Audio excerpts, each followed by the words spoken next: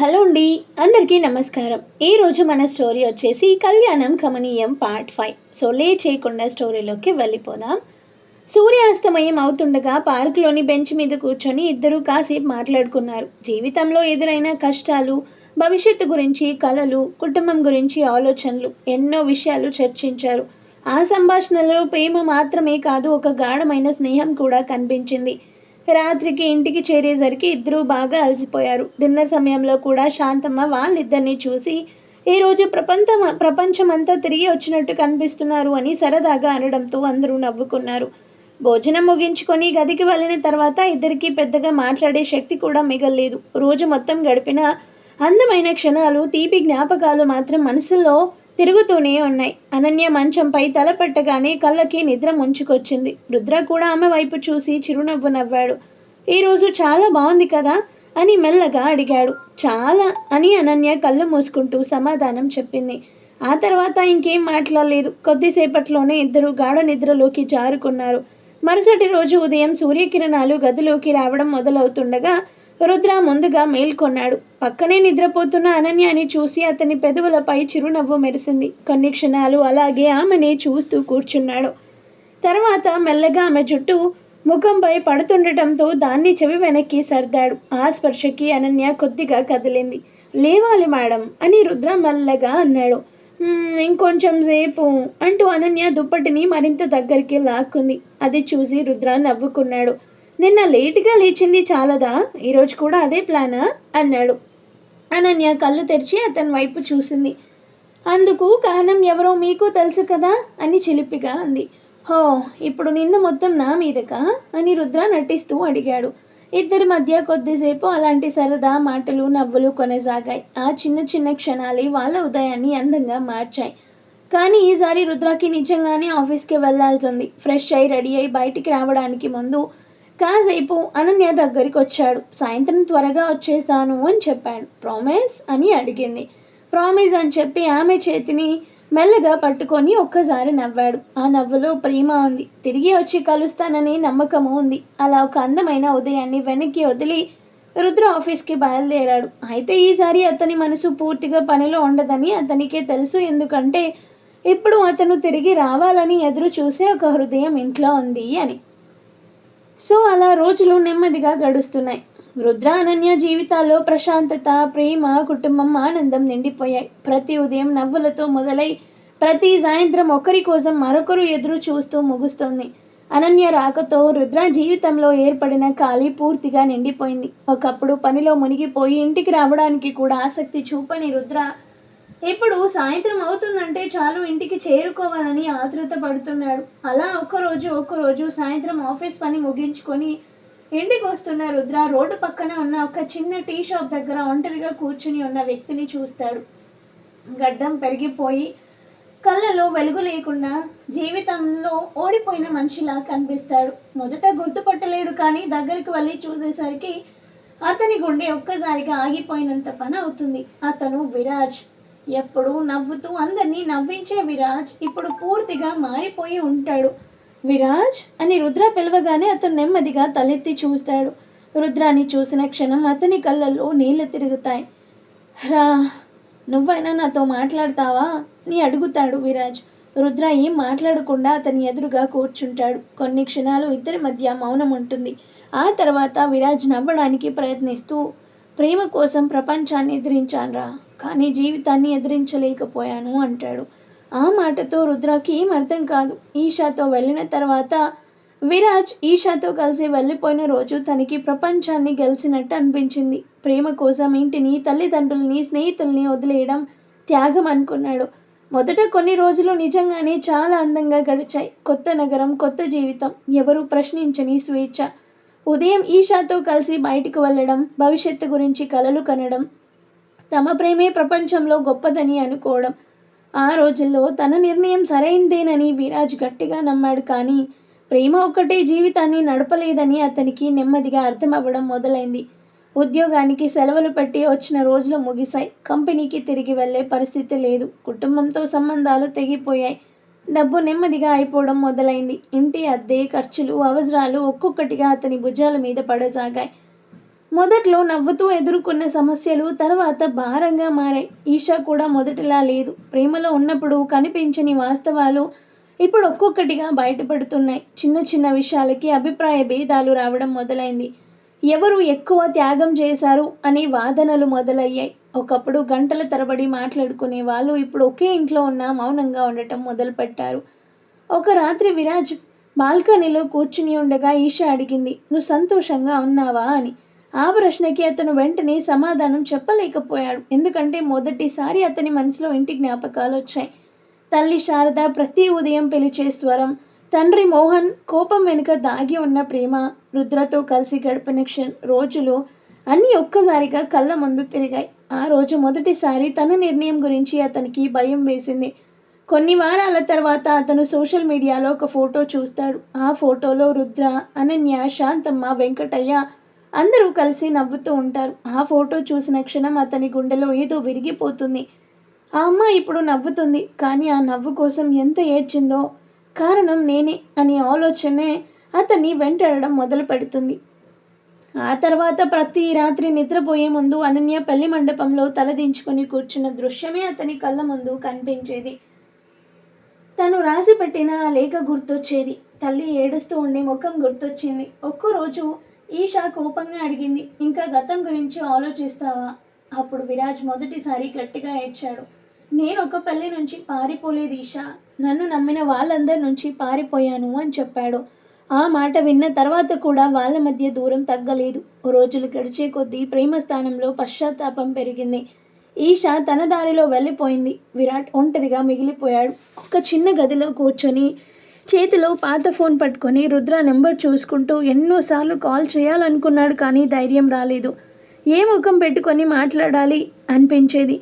ఒకవైపు తను కోల్పోయిన ప్రేమ, మరోవైపు తను గాయపరిచిన జీవితాలు, ఈ రెండింటి మధ్య నలుగుపోతూ బ్రతికాడు. అప్పుడు అతనికి ఒక నిజం అర్థమైంది. తన అనన్యాన్ని పెళ్లి చేసుకోవడం తప్పు కాదు, కానీ ఆమె జీవితాన్ని అందరి ముందు అవమానపరిచి వెళ్ళిపోవడమే తన జీవితంలో చేసిన అతిపెద్ద తప్పు. ఆ రోజు నుంచి విరాజ్ ప్రతి ఉదయం లేవగానే ఒకే కోరిక కోరుకునేవాడు, "దేవుడా, ఒక్కసారైనా రుద్ర అనన్యాల ముందు నిలబడి క్షమాపణ చెప్పే అవకాశం ఇవ్వు" అని. రుద్ర నిశ్శబ్దంగా వింటాడు. ఎందుకంటే ఇప్పుడు తిట్టిన ప్రయోజనం లేదు. జీవితమే అతనికి పెద్ద శిక్ష వేసింది. కొద్దిసేపటి తర్వాత విరాజ్ తల దించుకొని, "అనన్య ఎలా ఉందిరా" అని అడిగాడు. ఆ ప్రశ్న విన్న రుద్ర కళ్ళలో చిన్న నవ్వు కనిపిస్తుంది. "చాలా బాగుంది, అందరినీ తన వాళ్ళలా చూసుకుంటుంది" అని చెబుతాడు.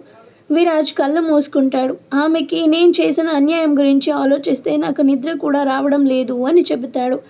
అప్పుడు రుద్ర అతని భుజం మీద చేయి వేసి, "తప్పు చేశావు, కానీ జీవితాంతం దాని గురించి ఏడవడం కంటే ఎదుర్కోవడం మంచిది" అని చెబుతాడు. మరుసటి రోజు రుద్ర ఒక నిర్ణయం తీసుకుంటాడు. "నాతో ఇంటికి వస్తావా" అని అడుగుతాడు. విరాజ్ ఒక్కసారిగా షాక్ అవుతాడు. "ఏ ముఖం పెట్టుకొని రావాలరా" అని అడుగుతాడు. "తప్పు చేసిన మనిషి ముఖంతో కాదు, తన తప్పు తెలుసుకున్న మనిషి ముఖంతో రా" అని చెబుతాడు రుద్ర. చివరికి విరాజ్ ఒప్పుకుంటాడు. ఇంటికి చేరుకున్న తర్వాత గుమ్మం ముందు నిలబడిన విరాజ్ కాళ్ళు ముందు కదలవు. తాను వదిలేసిన జీవితాలు ఇప్పుడు తన ఎదుట ఉన్నాయి. రుద్ర లోపలికి వెళ్ళి, "నానమ్మ, ఒక గెస్ట్ వచ్చాడు" అని చెబుతాడు. హాల్లోకి అడుగుపెట్టిన విరాజ్ని చూసి శాంతమ్మ, వెంకటయ్య ఆశ్చర్యపోతారు. అదే సమయంలో కిచెన్ నుంచి టీ తీసుకొని వస్తున్న అనన్య కూడా అతన్ని చూస్తుంది. ఆ క్షణం కాలమే ఆగిపోయినట్టు అనిపిస్తుంది. ఒకప్పుడు తన జీవితాన్ని తలకిందులు చేసిన వ్యక్తి ఇప్పుడు తన ఎదుట నిలబడి ఉన్నాడు. కానీ ఆమె కళ్ళల్లో కోపం లేదు, బాధ మాత్రమే ఉంది. విరాజ్ మాత్రం ఆమె కళ్ళలోకి కూడా చూడలేక తల దించుకుంటాడు. టీ కప్పు చేతిలో పట్టుకొని నిలబడ్డ అనన్యాని చూస్తూ, "నన్ను క్షమించండి" అని ఒక్క మాట చెబుతాడు. ఆ మాట చెప్పేటప్పుడు అతని గొంతు వణుకుతుంది. "మీ జీవితంలో నేను చేసిన గాయం ఎప్పటికీ మానదు, నాకు తెలుసు. కానీ ఆ రోజు గుర్తొచ్చి నేను చనిపోతున్నాను" అని చెబుతాడు. అనన్య నిశ్శబ్దంగా వింటుంది. "మీరే తప్పు చేయలేదు, తప్పు మొత్తం నాదే. నిజం చెప్పడానికి ధైర్యం చేయలేదు. నా ప్రేమ కోసం పోరాడతానని అనుకున్నాను, కానీ చివరికి అందరినీ బాధ పెట్టాను" అని చెబుతూ కళ్ళల్లో నీళ్లు తెచ్చుకుంటాడు. హాల్లో నిశ్శబ్దం అలుముకుంటుంది. కొన్ని క్షణాల తర్వాత అనన్య నెమ్మదిగా మాట్లాడుతుంది. "మీ మీద నాకు కోపం ఉండేది" అని చెబుతుంది అనన్య. విరాజ్ తలెత్తి చూస్తాడు, కానీ ఇప్పుడు లేదు అని చెబుతుంది అనన్య. ఎందుకంటే మీరు ఆ రోజు వెళ్ళిపోకపోతే నా జీవితంలో రుద్ర గారు వచ్చేవారు కాదు అని చెబుతుంది. ఆ మాట విన్న రుద్ర కూడా ఆశ్చర్యంగా ఆమె వైపు చూస్తాడు. విరాజ్ కళ్ళల్లో నీళ్లు తిరుగుతాయి. తన వల్ల నాశనం అయిపోయిందనుకున్న అమ్మాయి తనని ద్వేషించకుండా మాట్లాడుతుంది. నిజంగా నన్ను క్షమించారా అని అడుగుతాడు. అనన్య చిన్నగా నవ్వి, కొన్ని గాయాలు మర్చిపోలేం, కానీ వాటిని మోస్తూ బ్రతకడం కూడా కష్టం, అందుకే వదిలేశాను అని చెబుతుంది. ఆ క్షణం విరాజ్ మనసులో ఉన్న భారం కొంత దిగిపోతుంది. అదే సమయంలో అతనికి మరో నిజం అర్థమవుతుంది. ఆ రోజు తాళి కట్టిన రుద్ర కేవలం అనన్య జీవితాన్ని కాపాడలేదు, ఆమె హృదయంలో కూడా తనకంటూ ఒక స్థానం సంపాదించుకున్నాడు. ఆ ఇద్దరు ఒకరినొకరు చూసుకునే విధానం చూసి తన కథ ముగిసిపోయిందని, వాళ్ళ కథ ఇప్పుడే మొదలైందని విరాజ్ గ్రహిస్తాడు. ఆ రాత్రి ఇంట్లో అందరితో మాట్లాడిన తర్వాత కూడా విరాజ్ మనసులో ఉన్న భారం పూర్తిగా తగ్గలేదు. అనన్య తనని క్షమించానని చెప్పినా తాను చేసిన తప్పు తనకి గుర్తొస్తూనే ఉంది. కొద్దిసేపటి తర్వాత బయట వరండాలో ఒంటరిగా కూర్చున్న విరాజ్ దగ్గరికి రుద్ర వచ్చాడు. ఏమైందిరా అని అడిగాడు. విరాజ్ తల వంచుకొని నవ్వడానికి ప్రయత్నించాడు. ఏమీ లేదు, నన్ను చూసి అబద్ధం చెప్పడం ఎప్పటి నుంచి నేర్చుకున్నావు అని రుద్ర పక్కనే కూర్చుంటూ అడిగాడు. కొన్ని క్షణాల మౌనం తర్వాత విరాజ్ లోతుగా నిట్టూర్చాడు. నాకు ఇక్కడికి రావడానికి కూడా ధైర్యం లేకపోయిందిరా, కానీ నువ్వు బలవంతం చేసి తీసుకొచ్చావు అని విరాజ్ అనగానే రుద్ర అతని వైపు చూశాడు. మరి ఇప్పుడు విరాజ్ కళ్ళల్లో బాధ మెరిసింది. ఇప్పుడు కూడా ఒక చోటికి వెళ్ళడానికి భయపడుతున్నాను అంటాడు. ఎక్కడికి? ఇంటికి. ఆ ఒక్క మాటలోనే సంవత్సరాల పశ్చాత్తాపం వినిపించింది. అమ్మా నాన్నల ముందు ఏ ముఖం పెట్టుకొని నిలబడాలరా, వాళ్ళ నమ్మకాన్ని వమ్ము చేశాను, వాళ్ళు పెంచిన కొడుకు అందరి ముందు వాళ్ళే తలదించుకునేలా చేశాడు, అలాంటి నేను మళ్ళీ వాళ్ళ ముందుకు ఎలా వెళ్తాను అని గొంతు బరువెక్కి చెప్పాడు. రుద్ర కొద్దిసేపు అతన్ని గమనించాడు. విరాజ్, నువ్వు ఒక విషయం మర్చిపోతున్నావు. ఏంటి? వాళ్ళు ముందు నీ తల్లిదండ్రులు, తర్వాత మిగతా ఏదైనా అనగానే విరాజ్ నిశ్శబ్దంగా విన్నాడు. కొడుకు తప్పు చేస్తే తల్లిదండ్రులు బాధపడతారు, కోపడతారు, కానీ అందుకే కొడుకుని మనసులో నుంచి తీసేయరు. కానీ నేను చేసిన తప్పు చిన్నది కాదురా. అవును, చిన్నది కాదు, కానీ నువ్వు తిరిగి వెళ్ళకపోతే వాళ్ళ బాధ ఇంకా పెద్దదవుతుంది. రుద్ర మాటలు వింటూ విరాజ్ కళ్ళల్లో నీళ్లు తిరిగాయి. వాళ్ళు నన్ను క్షమించకపోతే? రుద్ర చిరునవ్వు నవ్వాడు. అయితే వాళ్ళ ముందు నిలబడి మరోసారి క్షమాపణ అడుగుతావు, కానీ ప్రయత్నం చేయకుండా పారిపోవడం మాత్రం ఆపే. ఆ మాటలు విరాజ్ మనసులో ఎక్కడో తాకాయి. చాలాసేపు ఆలోచించిన తర్వాత చివరికి మెల్లగా తలూపాడు. సరే, వస్తాను అని. మరుసటి రోజు ఉదయం రుద్ర కారులో విరాజ్ని తీసుకొని మోహన్ శారద ఇంటి ముందు ఆపాడు. కారు దిగిన క్షణం నుంచి విరాజ్ చేతులు వణకడం మొదలైంది. ఆ ఇంటి గుమ్మం, ఆ ఆవరణ, ఆ గోడలు, ప్రతి మూలలో తన చిన్ననాటి జ్ఞాపకాలు ఉన్నాయి. కానీ ఇప్పుడు అవన్నీ తనని ప్రశ్నిస్తున్నట్టుగా అనిపించాయి. రా అని రుద్ర భుజంపై చేయి వేశాడు. విరాజ్ అడుగులు మాత్రం ముందుకి పడడం లేదు. నాకు భయంగా ఉందిరా. నాకు తెలుసు, కానీ ఈ భయం నుంచి బయటపడడానికి ఇదొక్కటే దారి అని రుద్ర చెప్పడంతో విరాజ్ గట్టిగా ఊపిరి పీల్చుకొని లోపలికి నడిచాడు. హాల్లో శారద పూజ ముగించుకొని వస్తుంది. మోహన్ పేపర్ చదువుతున్నాడు. తలుపు దగ్గర అడుగుల శబ్దం వినిపించడంతో ఇద్దరు తలెత్తి చూశారు. రుద్ర కనిపించాడు, కానీ అతని వెనుక నిలబడి ఉన్న వ్యక్తిని చూసిన క్షణం వాళ్ళిద్దరూ స్తబ్దులయ్యారు. విరాజ్ అని శారద నోటి నుంచి మెల్లగా వచ్చింది. మోహన్ చేతిలో ఉన్న పేపర్ నేలపై జారిపోయింది. కొన్ని క్షణాలు ఎవరూ మాట్లాడలేదు. ఆ నిశ్శబ్దంలో సంవత్సరాల బాధ ఉంది, కోపం ఉంది, ఎదురు చూపు ఉంది, పశ్చాత్తాపం ఉంది. విరాజ్ మాత్రం వాళ్ళ కళ్ళల్లోకి కూడా చూడలేక తల వంచుకున్నాడు. శారద కళ్ళల్లో కన్నీళ్లు నిండిపోయాయి. కానీ వెంటనే ఆమె ముఖం కఠినంగా మారింది. ఇప్పుడు ఎందుకు వచ్చావు అని అడిగింది. ఆ ప్రశ్న వినగానే విరాజ్ గుండె ముక్కలైనట్టు అనిపించింది. మోహన్ కూడా కోపంగా లేచాడు. ఏం తక్కువ చేశాం నీకు? ఏ ప్రేమ ఇవ్వలేదు, ఏ స్వేచ్ఛ ఇవ్వలేదు. చివరికి అందరి ముందు మా తల వంచి వెళ్ళిపోయావు అని గట్టిగా అన్నాడు. విరాజ్ కళ్ళల్లో కన్నీళ్లు రావడం మొదలైంది. నాన్న అని పిలవబోయాడు. ఆ హక్కు నీకు లేదు అని మోహన్ ఆపేశాడు. హాల్లో వాతావరణం ఒక్కసారిగా భారంగా మారిపోయింది. అప్పుడు రుద్ర ముందుకొచ్చాడు. అమ్మయ్యా అని మెల్లగా పిలిచాడు. వాడి గురించి మాట్లాడకు రుద్ర అని మోహన్ అన్నాడు. కానీ రుద్ర ప్రశాంతంగా నిలబడ్డాడు. నేను వాడి తప్పుని సమర్థించడం లేదు, వాడు చేసినది తప్పే అని మొదలుపెట్టాడు. కానీ ఒక్క విషయం అడుగుతాను, ఈ సంవత్సరాలుగా మీరు ఎక్కువగా ఏం అనుభవించారు? అనగానే మోహన్ మౌనంగా ఉన్నాడు. కోపమా అని రుద్ర అడిగాడు. ఎవ్వరూ సమాధానం చెప్పలేదు. కాదు, కొడుకు కోసం బాధపడ్డారు. వాడు ఎక్కడున్నాడో అని ఆలోచించారు. తిన్నాడో లేదో అని కంగారు పడ్డారు. ప్రతి పండుగ రోజు వాడు గుర్తొచ్చాడు. శారద కళ్ళల్లోని కన్నీళ్ళు ఆగలేదు. మీకు కోపం ఉండొచ్చు, ఉండాలి కూడా, కానీ మీరు ఇంకా వాడి అమ్మా నాన్నలే అని రుద్ర మాటలు వింటూ శారద గుండె కరిగిపోతుంది.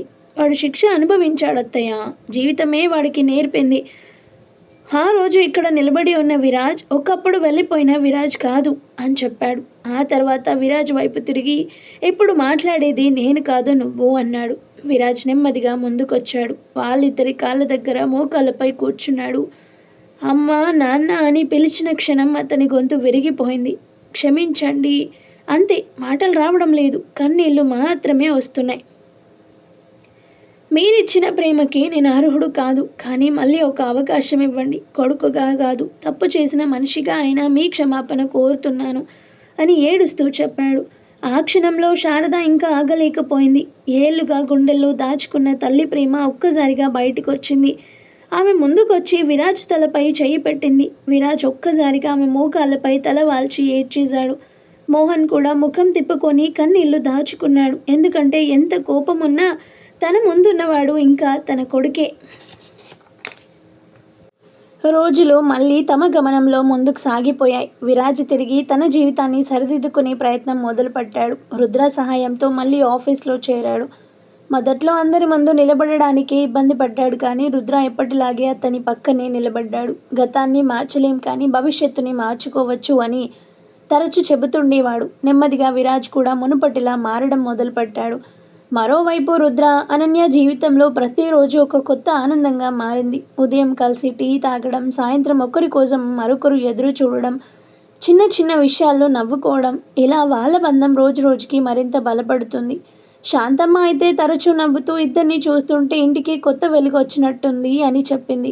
అలా ఒకరోజు రుద్ర ఆఫీస్లో చాలా ముఖ్యమైన మీటింగ్లో ఉన్నాడు. ఇంట్లో శాంతమ్మ, అనన్య ఇద్దరూ కిచెన్లో మాట్లాడుకుంటున్నారు. అనన్య ఉదయం నుంచే కాస్త నీరసంగా ఉంది, కానీ పెద్దగా పట్టించుకోలేదు. ఏమైందమ్మా, బాగానే ఉన్నావా అని శాంతమ్మ అడిగితే, ఏం లేదు నానమ్మ, కొంచెం అలసటగా ఉంది అంతే అని నవ్వేసింది. కొద్దిసేపటి తర్వాత హాల్లోకి నడుచుకుంటూ వస్తుండగా ఒక్కసారిగా ఆమె కళ్ళు ముందంతా మసక బారిపోయింది. తల తిరిగినట్టు అనిపించింది. ఆమె ఏదైనా పట్టుకునే లోపే అనన్య అని శాంతమ్మ అరిచోలోపే ఆమె నేలపై పడిపోయింది. ఆ దృశ్యం చూసి ఇంట్లో అందరూ ఒక్కసారిగా కంగారు పడ్డారు. శాంతమ్మ చేతులు వణికిపోయాయి. అమ్మ, కళ్ళు తెరువు అని పిలుస్తుంది. వెంకటయ్య వెంటనే నీళ్లు తీసుకొచ్చాడు, కానీ అనన్య స్పందించకపోవడంతో అందరి గుండెల్లో భయం మొదలైంది. అదే సమయంలో రుద్ర ఫోన్ మోగింది. స్క్రీన్ మీద శాంతమ్మ పేరు కనిపించింది. ఫోన్ ఎత్తగానే అటువైపు నుంచి వణుకుతున్న గొంతు వినిపించింది. రుద్ర, వెంటనే ఇంటికి రా నాన్న. అనన్య కళ్ళు తిరిగి పడిపోయింది. ఆ మాట విన్న క్షణం రుద్ర చేతిలో ఉన్న ఫైల్ నేలపై పడిపోయింది. ఏమైంది నానమ్మ అని ఆందోళనగా అడిగాడు. తెలియదు నాన్న, త్వరగా రా అంతే. రుద్ర ఇక ఒక్క క్షణం కూడా ఆలస్యం చేయలేదు. మీటింగు, పని, ఆఫీస్ అన్నీ మర్చిపోయి పరిగెత్తుకుంటూ బయటకు వచ్చాడు. ఆ క్షణంలో అతని మనసులో ఒకటే భయం. అనన్యకేమీ కాకూడదు. ఇంటికి చేరేసరికి అతని గుండె వేగంగా కొట్టుకుంటుంది. లోపలికి పరిగెత్తుకుంటూ వెళ్ళి సోఫాపై పడుకున్న అనన్యని చూశాడు. ఆమె ఇంకా పూర్తిగా స్పృహలో లేదు. అనన్య అని పిలుస్తూ ఆమె చేతిని పట్టుకున్నాడు. అతని కళ్ళల్లో భయం స్పష్టంగా కనిపిస్తుంది. ఇంతకు ముందు ఎప్పుడూ అతను ఇలా కంగారు పడలేదు. వెంటనే ఆమెను ఎత్తుకొని కారులో కూర్చోబెట్టి హాస్పిటల్కి తీసుకెళ్లాడు. హాస్పిటల్లో డాక్టర్లు పరీక్షలు ప్రారంభించారు. రుద్ర బయట కారిడార్లో ఆందోళనగా తిరుగుతున్నాడు. అతని చేతులు చెమటలు పట్టాయి.